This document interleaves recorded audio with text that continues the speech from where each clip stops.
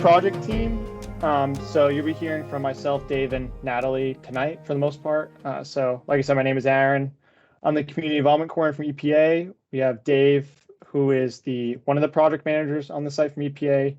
Natalie, who's the other project manager on the site from EPA. Marie, who is from the Army Corps, and then Paul, who's from the Massachusetts Department of Environmental Protection, who's a project manager. So here's the agenda for the meeting. It's going to be, we're going to review the accomplishments from 2023. We're going to see what's to look forward to in 2024, go over talk about the seafood consumption advisories, where that's at, and then we'll end with Q&A. And Dave, before I pass it to you, I think someone might have a question right now, and just in case it's about them not being able to hear us, I'm just going to allow that person to be able to unmute. So I think it was Jim. Jim Kendall, you should be able to unmute right now if you have a question. I saw your hand up. Yeah, thank you. No, I was just responding to your question about the audio. It's fine. It might have been on their end. Oh, okay, perfect. Yeah, that's why I turned it back off. All right, thank you. I appreciate that. All right. So, next slide. All right, and this is Dave's turn. All right, thank you, Aaron, and thank you everyone for showing up tonight to hear this update. I think we have a lot of good things to report. Most of our work now is what we call the Upper Harbor, shown here, the Acushnet River north of the Coxwell Street Bridge. I just thought we'd start off with this nice aerial photo provided to us free of charge by Fairhaven resident Ed Pepin. We're using a lot of his aerial photos actually during the presentation. But I like to call this part of the river the tale of two shorelines, because on the western New Bedford side is fully built out, and just the opposite on the Acushnet Fairhaven side, we have this big, beautiful salt marsh system. The Corps of Engineers and their contractors, Jacobs Engineering and Sevenson Environmental Services, have been busy with EPA oversight, of course. So we have a little bit of a list here, but I'll go through it quickly, and then we'll have a slide or two for each of these. The number one, we completed the East Zone 2 salt marsh restoration in the Acushnet, and that included excavation of all the contaminated soils, backfilling with clean topsoil, and the salt marsh plantings. Number two, at East Zone 3, just to the south, also in Acushnet Fairhaven, we did all of that except for the plantings. We've learned kind of the hard way to only plant in the spring planting window, so the tens of thousands of salt marsh plugs and native shrubs and trees will be planted this spring, starting in April. Number three is the last intertidal zone that we need to work on. That's West Zone 2/3. That's over on the New Bedford shore, kind of near the big smokestack. Excavation of all the contaminated soil is 100% complete. Backfilling is now about 20%, a little bit above that now, and that area will also be planted with all the salt marsh grasses and native shrubs and trees in the spring window coming up in April. Number four, all of the remediated shorelines that we've implemented do get monitoring and maintenance. And when you add them all up, it's about 5 miles, depending on how you count all the creeks and whatnot. So it's a big system. We just don't remediate and walk away. We monitor and maintain, make sure that the salt marshes are doing well. Replant is necessary, etc. We'll talk about that. Number five is a big milestone. Happy to report that working with the Port of New Bedford and their contractors, the Superfund CAD cell in the lower harbor has been capped. Again, we'll have a slide or two for all of these items coming up. Number six, we began off-site disposal of what we call a Cell 1 material at the EPA Sawyer Street facility in New Bedford. Cell 1 is just a lined holding lagoon that used to be used for water treatment at the hotspot dredging in the mid-90s, and we've repurposed it as a holding cell for contaminated sediment. And number 7, kind of an interesting story about some collaboration we did with the Buzzards Bay Coalition involving reuse of clean sand from their Marsh Island salt marsh project. This slide just shows the yellow boxes are the areas in Upper Harbor that we've been working on last year in 2023. If you can see my cursor, this is East Zone 2. That has been completely remediated and replanted. This is East Zone 3. As I mentioned, has the plantings coming up. This is West Zone 2/3. That excavation is done. Backfilling is about 1/5 of the way there, and also will be planted up in the spring, this spring. And cell 1 down here at the Sawyer Street facility is ongoing. The materials getting excavated and put in trucks and sent off-site for disposal at the appropriately licensed landfills. That's about 22% as well. Just another photo from Ed Pepin showing what East Zone 3 looked like in June last year. You know, we have to kind of make a little bit of a mess during remediation, but we'll talk about how it all gets restored eventually. This is a temporary access road. These are big, heavy plastic mats the contractors use to get the dump trucks and the excavators. The brown areas here is the clean topsoil that has been backfilled into the areas that were excavated. And you can see really closely, there's the excavator down in there placing topsoil in that particular excavation area. For reference, here's the big smokestack that helps provide some orientation. And let's see if I can get out of here. Okay, technical difficulties. Give me a second.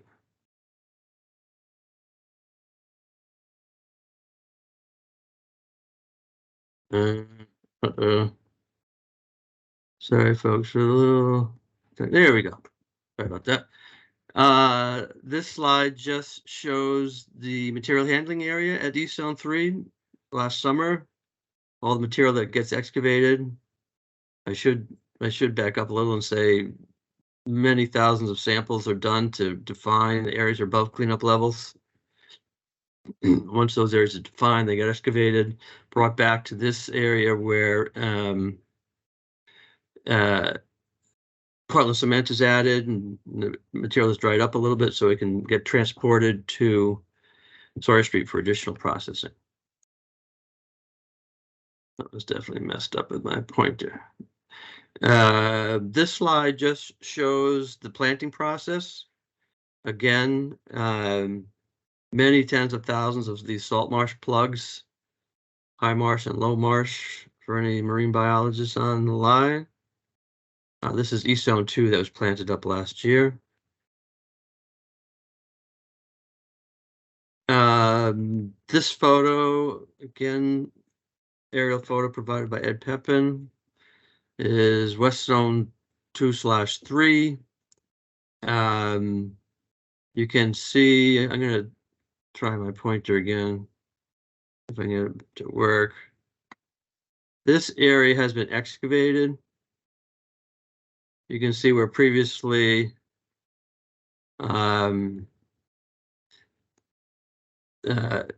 previously it looked like this with a fringing salt marsh, and that area has been excavated here, and the crews are working methodically south to north. Here again is the big smokestack to give you some orientation. Restoration monitoring, I mentioned all the areas that we restore. We have a wetland consultant do mapping of these 3 main items: sparse vegetation, invasive species, erosional areas. This is a shot of what we call East Zone 1, just south of the old Titleist ball plant. The north Wood Street Bridge is just north of here. And this just shows the yellow dots are areas where we've noticed some small stands of invasive species of Phragmites australis that I know some people call it elephant grass as a common name. So we have to be careful and make sure we treat these so that the Phragmites doesn't take over. Before we did this restoration in salt marsh cleanup, this is a total monoculture of Phragmites. So trying to stay on top of that. Another shot of restoration monitoring. This is taken in November in West Zone 4.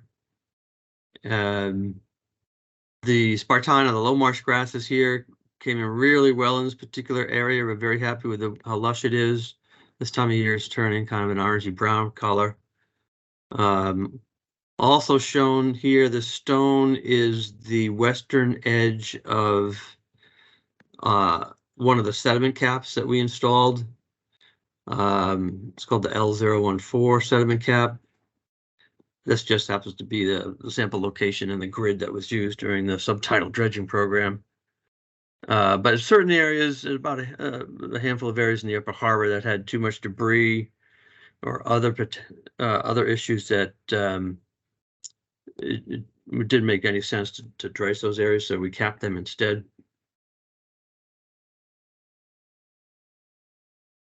Now I am going to try and get us to a YouTube. This is a non-EPA YouTube, and it's I may have to get rid of my pointer problem. Give me a second. I got a little technical difficulties. Apologies.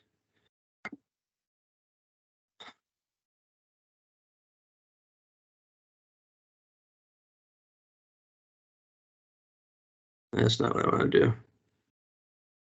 Okay, let's try this again. Good. I want to stress that this was not an EPA video, and we had nothing to do with. Let me see if I can expand it. What's going on here?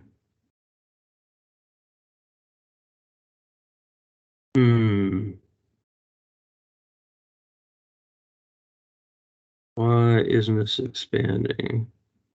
This worked fine the 5 times I practiced it today.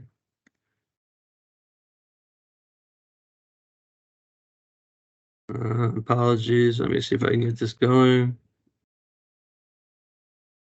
Anyways, I don't know what's going on. I can't expand it. No, I don't want to do that.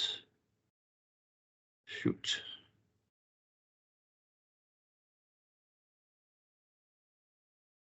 Well, we'll have to put up with a split screen, but it's basically showing the eastern zone access roads and work that was done this summer.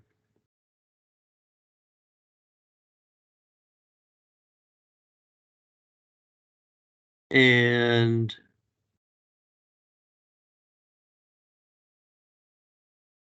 comparing that to the access roads from last year. And the point that's being made here that the access roads from last year, a couple years ago, are hard to see now, and we've restored them, and they're slowly coming back, so they can really not even see so much that they were there. And hopefully that will be the case also with the access roads and restored areas that will plant up this spring. Apologies for the glitches here. I'm not able to expand the screen, but I think you get the idea. We'll go back to the presentation.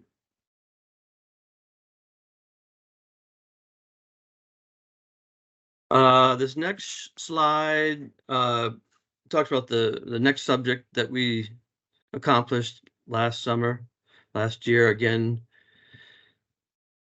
working with in collaboration with the Port of New Bedford and their consultants and contractors. The Lower Harbor CAD cell, the Superfund CAD cell, was capped.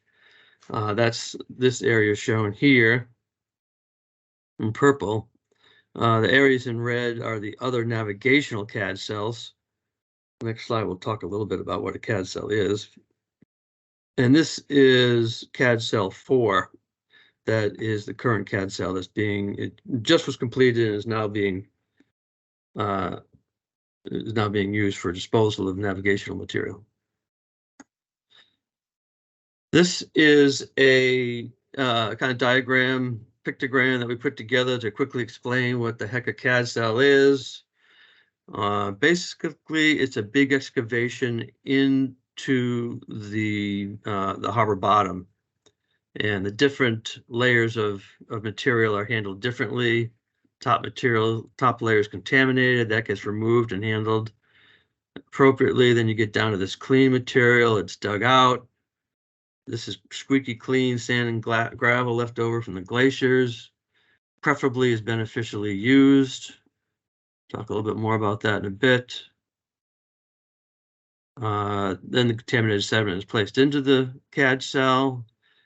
That, in our case, for the Lower Harbor CAD cell, was finished in 2020.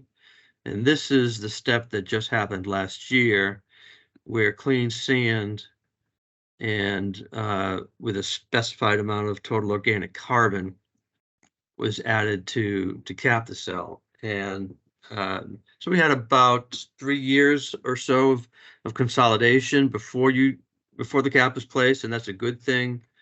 If you try and cap too early, the sand cap can just kind of sink through the contaminated sediment. So you definitely want to have some time for it to consolidate and develop some compressive strength.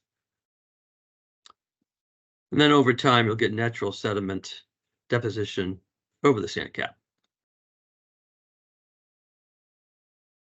So that's CAD cell 101.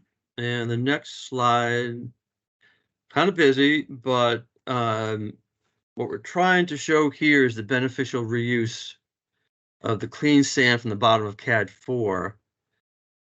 The Port of New Bedford's contractors use that sand to cap the Superfund CAD cell. So it's better to make use of that material rather than take it to an approved offshore disposal site. In the foreground here, you see North Terminal. The bottom of CAD 4 material was also used. You can see here a scow. It was used to fill up these structural cofferdams that kind of form the underpinnings of North Terminal. In the very foreground is the former EPA dewatering facility. You can see the rail line here, and it's a pretty unique setup in that not a lot of East Coast or New England facilities have really robust, beefy, strong marine terminals that are rail accessible. So it'll be a good asset for the port moving forward. I mentioned the cell 1 material. This is a photo of our Sawyer Street site. This is Market Basket in the background, Riverside Park. This is the cell 1 material that has about, I want to say about 20,000 yards material in it, maybe a little less, and we're about 20% of the way through trucking that stuff off to a licensed PCB landfill. This is the pilot CDF over here. The design for the landfill type cap for that is ongoing. Don't get me wrong, it's not going to be a towering landfill. It's going to be about 5 feet above grade to allow positive drainage. So it'll be more like a grassy knoll by the time it's finished.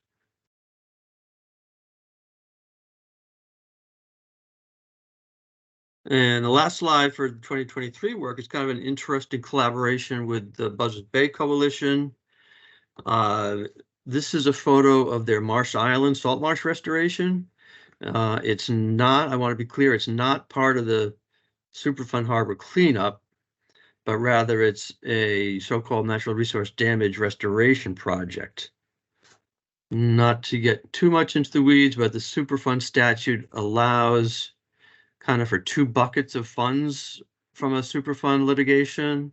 1 bucket goes for site cleanup and 1 bucket goes to restoration projects, natural resource restoration projects such as this. And long story short, they, as you can see, they had to dig a lot of these saltwater creeks. They had to lower the elevation in here, so it was appropriate for salt marsh grasses. And so they were looking to get rid of about 20,000 yards of material. Excuse me, 20,000 tons of material. And just so happens that we were looking for that type of volume, if not more, of clean backfill. And all this material, I want to be clear, was tested. It was all below the residential standard of 1 part per million PCBs. So they were able, the coalition was able to get rid of the material and bring it to us for free, and we were able to save a lot of money by using this material and not having to buy material from offsite for our backfilling operations. As I was mentioning, with all the salt marsh remediations, after we excavate the soils, we have to rebuild and backfill, rebuild the salt marshes and backfill them. So just kind of a nice overlap from the NRD project with the site cleanup. So now I'm going to hand it over to Natalie. All right. Hi, everyone. My name is Natalie Burgo. I work really closely with Dave on the New Bedford Harbor Superfund Site, and I'll be talking now about the upcoming work and some of the work that we're working on right now in 2024. As Dave mentioned and showed in some of the previous slides, we're finishing offsite disposal of the Cell 1 material. We're backfilling at West Zone 2 and 3, which is located in New Bedford. We're installing salt marsh plantings at East Zone 3 and West Zone 2 and 3 this spring, which is the best time to install those plantings when it's most favorable conditions for the plants. We'll continue to monitor and provide maintenance as needed of any of the salt marshes that have been remediated previously. We'll be starting construction of the pilot confined disposal facility CAP after the Cell 1 material is all excavated and transported off-site. And this summer, after the fish window is finished up in June, we'll be performing some subtidal work in the area north of Wood Street for some localized areas of contamination that were discovered. Lastly, we're also working on a focused feasibility study for the sediment caps in areas where it was not feasible to dredge. And there will be a public comment period late in 2024. Next slide, please. So this slide has a lot of different colors talking over shown on the left-hand side, but the areas that are pertinent to this part of the 2024 work are highlighted in yellow. As mentioned, the Cell 1 work is down here on the New Bedford side. Over on the right in the Acushnet and Fairhaven area, we have the East Zone 3 area where we'll be working on the plantings this spring. West Zone 2 and 3 is where we're actively performing the backfilling and restoration areas, and where we will be also performing the salt marsh plants this spring at the same time as the East Zone 3 plantings. That's over in the New Bedford side.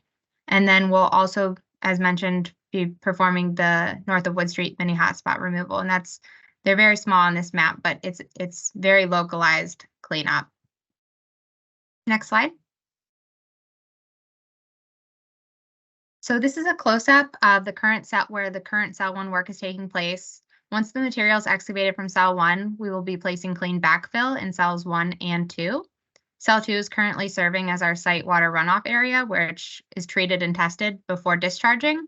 Once the Cell 1 material is entirely removed, as Dave mentioned, EPA will begin the construction of the pilot confined disposal facility CAP, which will, as Dave also mentioned, be approximately 5 feet in height. This is not a extremely large landfill of any type. It will look like a small grassy knoll and will be planned along the Riverwalk, which you'll see on the next slide. You can go ahead and hit the next slide. And then here is in the red dotted line is the area of the planned Riverwalk. which will traverse along the perimeter of the pilot confined disposal facility cell and the former cell 1, 2, and 3 areas. And then the Sawyer Street property, which is the beige color, will be returned to the city of New Bedford for future redevelopment. Next slide. Yep. And now I'll be turning it back over to Dave to discuss the fish consumption restrictions and advisories. Thank you. Thank you, Natalie. Yeah, we just always want to remind folks that even though the harbor cleanup is winding down at long last, the 18,000 acres of fish consumption restrictions will continue for some time. It's not like the PCV levels in fish automatically go away. The computer modeling that has been done suggests it might be a 10-year more or less time frame. It's going to depend on area and species, but we really need to continue to get the message out that should be really careful about what you're catching and eating if you're offshore of New Bedford Harbor. Real quick, this issue goes way back to 1979, and Commonwealth of Massachusetts put different restrictions. Areas 1 north of the hurricane barrier, area 2 here down to the end of Sconticut Neck, and then area 3, the furthest most out. Fish are collected, fish and shellfish are collected every year, working with the Mass DEP and Mass Division of Marine Fisheries. So we have an ongoing sampling program, and we will continue to do that until it looks like there's not a need to do it anymore. But I will say the feedback we've gotten from this particular poster has been, it's a little confusing. So we've been working with our fellow state agencies with interest in this area, and we're coming up with a new signage. I'm going to show that next, and just give me a second to get a vertical version of that. So this is what the new signage is proposed to be looking like. This will be posted on aluminum signs and posted at all the boat ramps and bridges and popular fishing areas. It's meant to really provide at a glance what the different restrictions and recommendations are.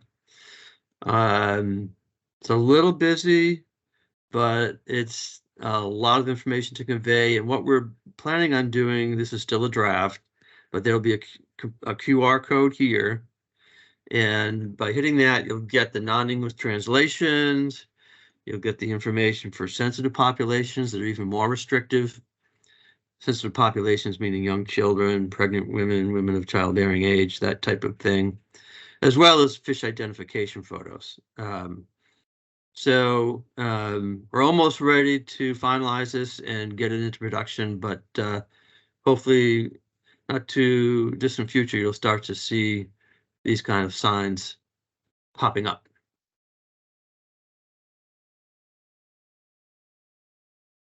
Okay, get back to the presentation. Oh, it does that, but excuse me a second.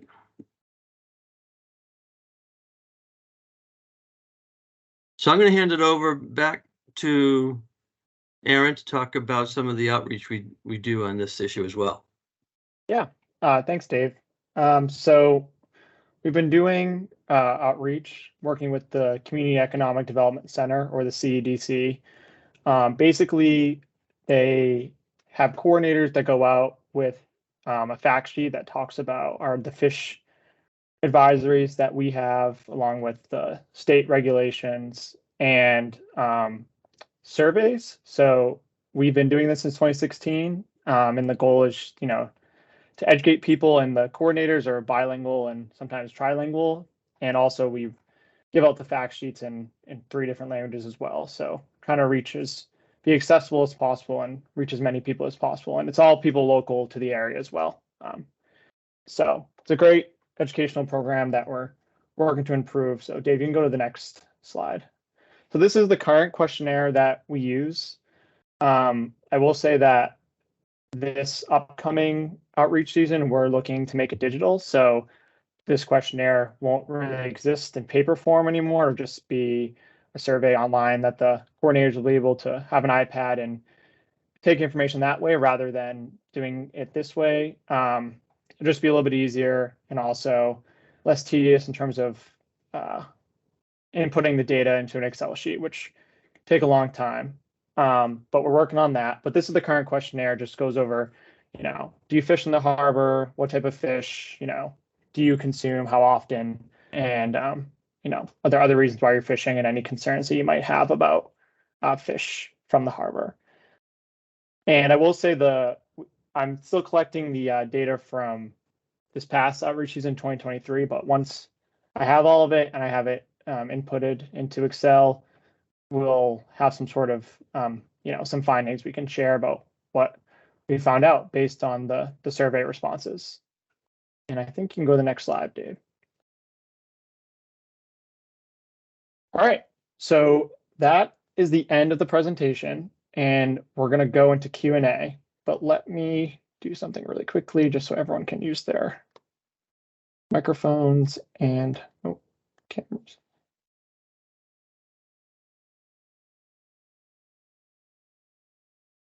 All right, so like I said, we're going to go into Q&A now.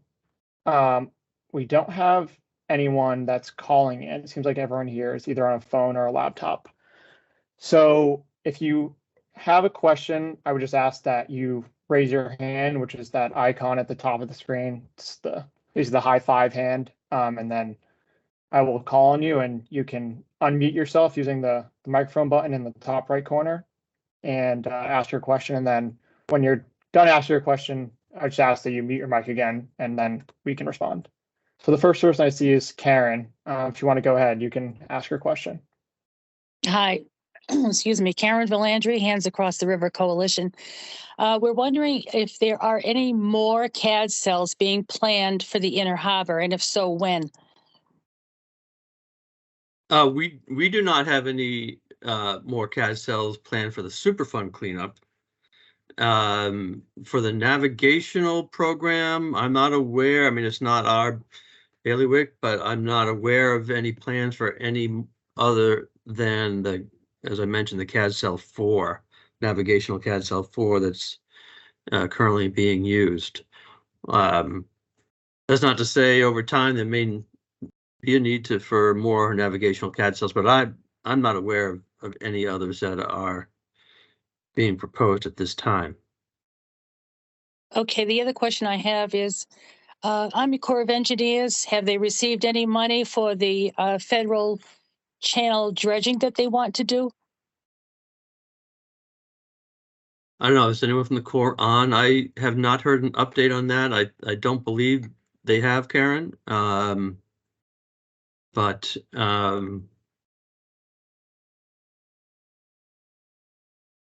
we'll be sure to report that out if we hear anything. So it looks like the Fairhaven New Bedford Bridge will probably go up before that dredging is done. All right, thank you. You're welcome. Thank you, Karen. Paul, I think you wanted to add something to that. Yeah, just regarding the issue with the additional CAD cells. If and when the Corps does their dredging, they probably will need a CAD cell, given the large volume of contaminated material they'll have to deal with. Where it will be placed, it is unknown at this point, but they've done some preliminary work in trying to determine to get funding to then do a design on that. So stay tuned. This has been going on for the last 20 years, so don't anybody hold your breath waiting for that to happen. Thanks, Paul. So I think Karen's all set. Is there anyone else that has a question they would like to ask?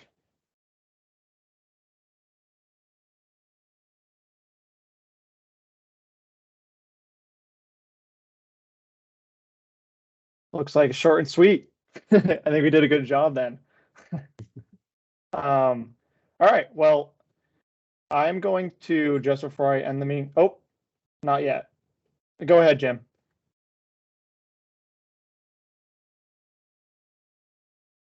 Yeah, thank you.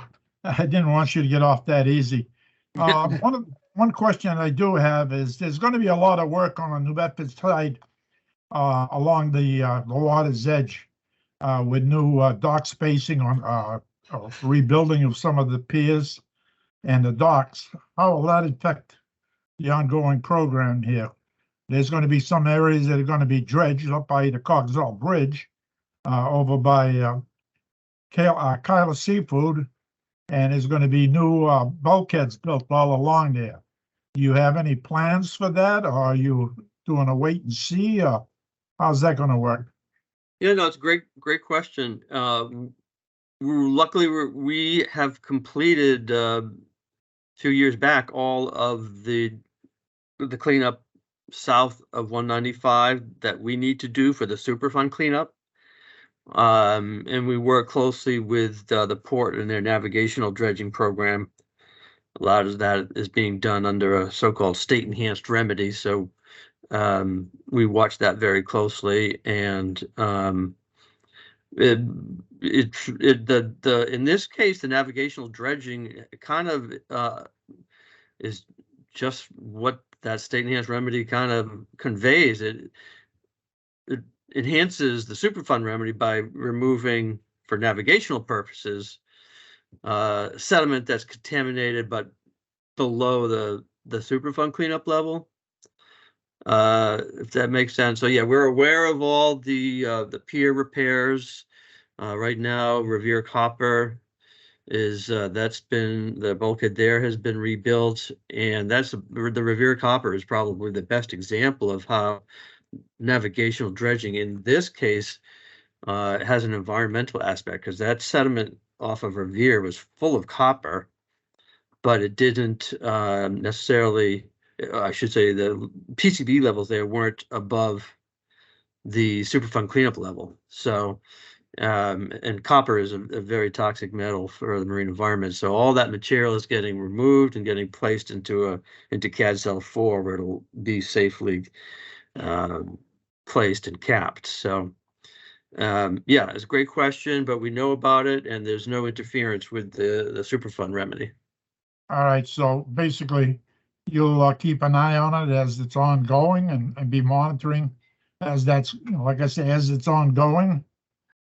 Yeah, so there's a state enhanced remedy. The navigational dredging is done more by the port and the city and the DEP, the state oversight. But we're involved and kind of keep an eye on things just so we know what's going on and make sure there aren't any federal type issues that come up. Yep. Well, the reason I raised that question is if you're familiar with Eastern Fisheries and the work that's going on that edge of the dock. Yes. That's all been put in there, since the PCBs were already in the water. So, I mean, that they might have been shielded before those docks, when those docks were put in. That contamination might have been put in there, like I say, well before that land and the docks were built, because some of that is landfill. It didn't exist before until they, like I say, started putting some of the landfill in and then extended the docks from there. So there's a lot of area there that's, like I say, could be disturbed at some point in time. Yeah, yep, that's a good point. The pier repair at Eastern Fisheries was one of those that went through the full permitting through the local conservation commission and everything. There weren't any PCB levels there that were above the Superfund criteria. But yeah, a lot of these old piers do need to be rebuilt at over time. So it's just something that has to happen. Well, like I say, a lot of that land was landfill from about, say, 1960 onward. And beyond the landfill, like I say, it's all piling supported docks, much like State Pier is another one. So all these areas could be just hidden points that need to be, you know, at least investigated and make sure that they meet up with the rest of the work that's been going on there. It'd be a shame to have that stuff hidden there and have a problem because of it. But I don't expect that. But like I say, so much has been done already that I guess it would pay to keep an eye on that. Yes. Yeah. Just I'm pulling up. This is about where that Eastern Fisheries Pier is. Right Like I next to said, the that went through full permitting. that's right next door to where the contamination plant was. Yes. Yep. That's right about in here. Yeah, right. Maybe yeah, exactly. That white spot there might be them. The dewatering facility, yeah. But that This is goes the down. That goes down quite a ways to the south too. That's not just the Eastern Fisheries. That's a whole bit of landfill that goes down into where the sand and gravel was being sent over to the vineyard. Yes, yep. I think Paul wanted to add something to the conversation. Yeah, there will be dredging out as part of the state enhanced remedy on that location, as well as I believe up to almost 30 locations on both sides of the harbor. I don't think that material had been filled. I think it was filled way before 1960. The only thing there now is piers, and those aren't filled. So I don't think any of the contamination that EPA had to deal with is underneath any of the existing properties there. So. Well, when we were racing down at what we called Quaker Oats along the, I'm trying to think, is that MacArthur Drive? Anyways, we used to drag race down there for a short period of time. And a lot of that land towards the water was not there at that point. So, and I know Eastern Fisheries came along much later, that landfill there. Well, then it's covered then. I'm sorry? No, the landfilling or putting in soil there actually covered the contamination if there was any contamination. Yeah, But right. I think as Dave points out, there's been a number of samples in the whole harbor in those locations. There was very little above the cleanup criteria. So that location is essentially cleaned regarding EPA's cleanup. The additional state enhanced remedy would do additional work. But the issue I'm trying to raise is that a lot of people might feel that's all landfill to the extent of where the docks end. And, you know, from there on is the water that needs to be, the landfill that needs to be watched. But what I'm trying to get at is that there is a lot of hitting land underneath those docks that might contain some of the contamination. And I know that they've been there long enough now that they've been out of sight, out of mind. That's the only point I'm trying to raise. Yeah. I think luckily, just to emphasize what Paul was saying, you know, we did a lot of sampling all throughout here and didn't really find much when we got below about here. So you're talking about in this neck of the woods, we didn't really find anything above our cleanup level. But it's not like we're going to remove that land and go looking for contamination. It's there now, and there's a state, you know, process for if any of that land gets redeveloped that they have to make sure that there's no environmental issues with it. All right, like I say, I just wanted to raise the issue that a lot of people weren't aware that there's a lot of hidden water along this waterfront that may or may not be a problem at some point. Yeah. Well, we have this photo up. This is the Marsh Island, so-called, really a peninsula that I was talking about. If you can see my cursor. Yeah, we used to call that Monkey's Island. Yeah, okay. Where the Buzzards Bay Coalition just created a nice new salt marsh, phase 1 of the salt marsh that we were talking about earlier. Yeah, the storage I think is right up here. The storage facility is here. I think Karen has a question, so she can go ahead. Yeah, hi. We're still very concerned about the PCB levels in the outer harbor. We remember clearly how Elaine Stanley, who certainly prefaced you, Dave, as the Superfund project manager there for a while, and how she said that approximately 100 pounds of PCBs pass through the hurricane gates into the outer harbor every year. That, in addition to the PCBs that Cornell Dubelier had also dumped into the river. So whatever is there that's lightly covered with sand that I know the EPA monitors, we want to know if you have any more plans to do PCB sampling in the outer harbor and what you're going to do about cleanup of those PCBs in the outer harbor. We're concerned about people who swim in the New Bedford area as well as the Fort Phoenix area, because if there's high levels of PCBs there, that should not be happening. These sites where people are swimming, they should be shut down. Well, Karen, I guess I have to respectfully disagree with you. We do not see a risk from swimming. There's been a lot of testing, a lot of very detailed risk assessments done about swimming, and the sediment levels are very low south of the hurricane barrier. There was an area that had some higher levels off of the Cornell Dubelier facility. Those have been capped. We've been monitoring that, and that looks very good. We will continue to monitor, have continued to monitor, and basically south of the hurricane barrier, we do not see any risks except for consumption of locally caught seafood.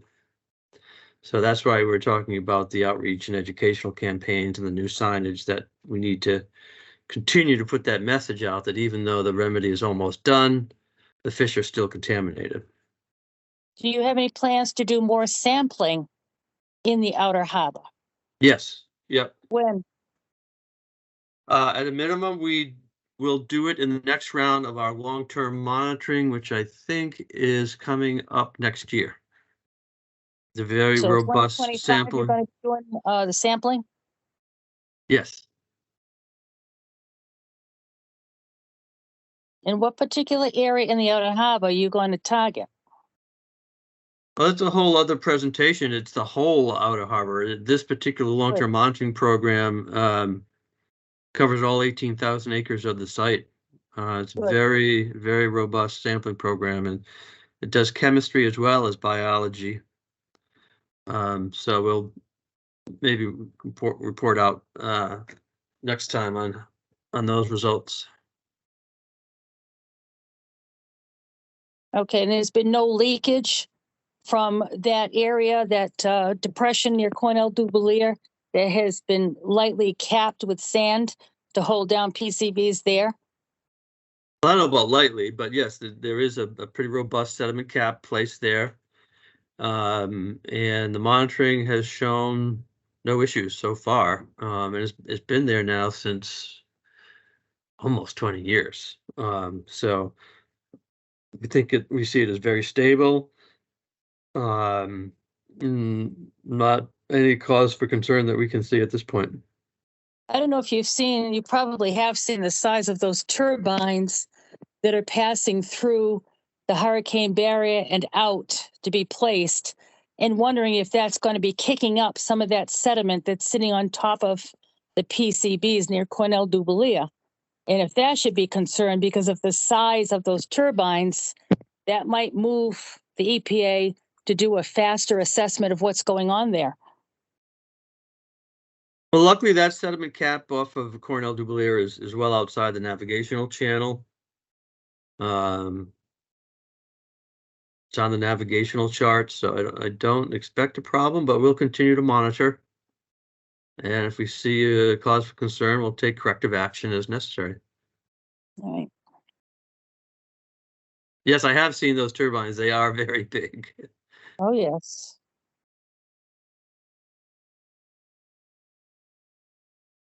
All right. I think that answers Karen's questions. We appreciate that.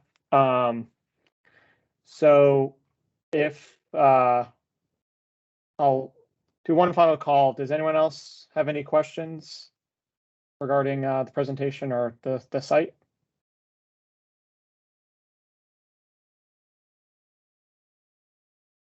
All right, I think we're good. So at this point, we're going to close the meeting. I just want to thanks everyone for coming to the meeting and taking some of your Tuesday evening to listen to us talk about the site for a bit. I put my contact information in the chat, so if you have any questions, you can give me a call or send me an email, and I'll either answer your question or get the right answer for you.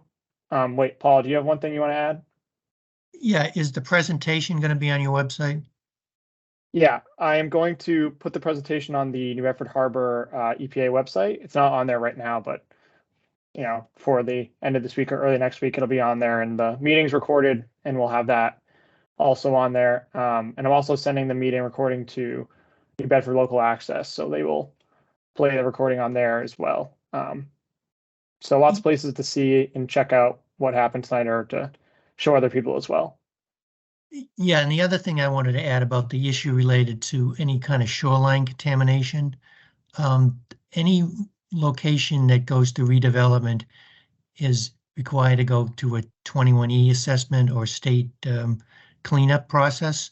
So any of the bulkheads that would have been redeveloped, any of that land would have had to gone through that, which I know that they did for the Revere Copper is now undergoing a state remediation on the landward side, as well as the Cannon's former power plant, which is really two extensive cleanups along the shoreline that are in New Bedford. Great, thanks, Paul. Okay, with that, we will close the meeting. Unless Dave and Natalie, do you have anything else? Nope. Thanks, everyone. Appreciate your attention and good questions. Yep. Thank you All for right. your time, everyone. Thank you, everyone.